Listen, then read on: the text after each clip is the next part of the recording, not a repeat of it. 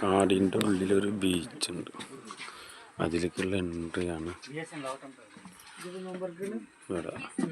ആൾക്കാരൊക്കെ മലയാളമാണ് പറയുന്നത്. ഇതിലേക്കുള്ള വഴി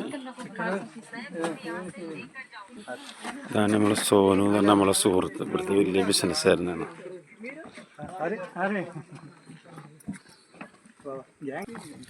കാട്ടിൻ്റെ ഉള്ളിലൊരു ബീച്ച്, കണ്ടൽ കാടുകളാണ്. വർഷക്കാലത്തൊക്കെ അവിടെ വെള്ളം വരും തോന്നുന്നുണ്ട്.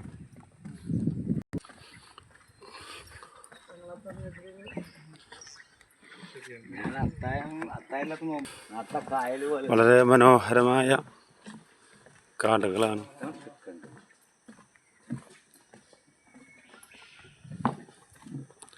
വനസൗന്ദര്യം എന്നൊക്കെ പറഞ്ഞാലേ ഇങ്ങനെ ആസ്വദിക്കാം.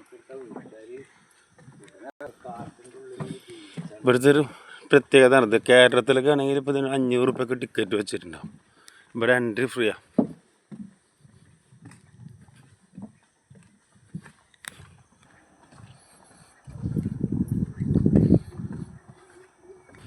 മഴ അതിനങ്ങനെ ബോട്ട് സവാരിക്കുള്ള ഒരു ചെറിയ സ്പേസൊക്കെ അങ്ങനെ കാണാനുണ്ട്. ചാലും നേരെ പിന്നെ കടലിലേക്കാണ് അതിൻ്റെ ഒരു ഭാഗം വരുന്നത്.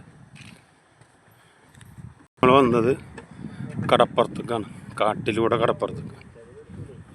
ഇതിനൊക്കെ ബോട്ട് സർവീസൊക്കെ വെള്ള സമയത്ത് നടത്തുവരും.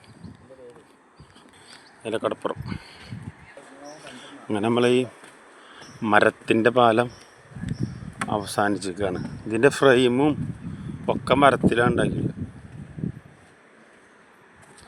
മുതലകളൊക്കെ ഉണ്ടെന്ന് ബോർഡൊക്കെ കാണാനുണ്ട്.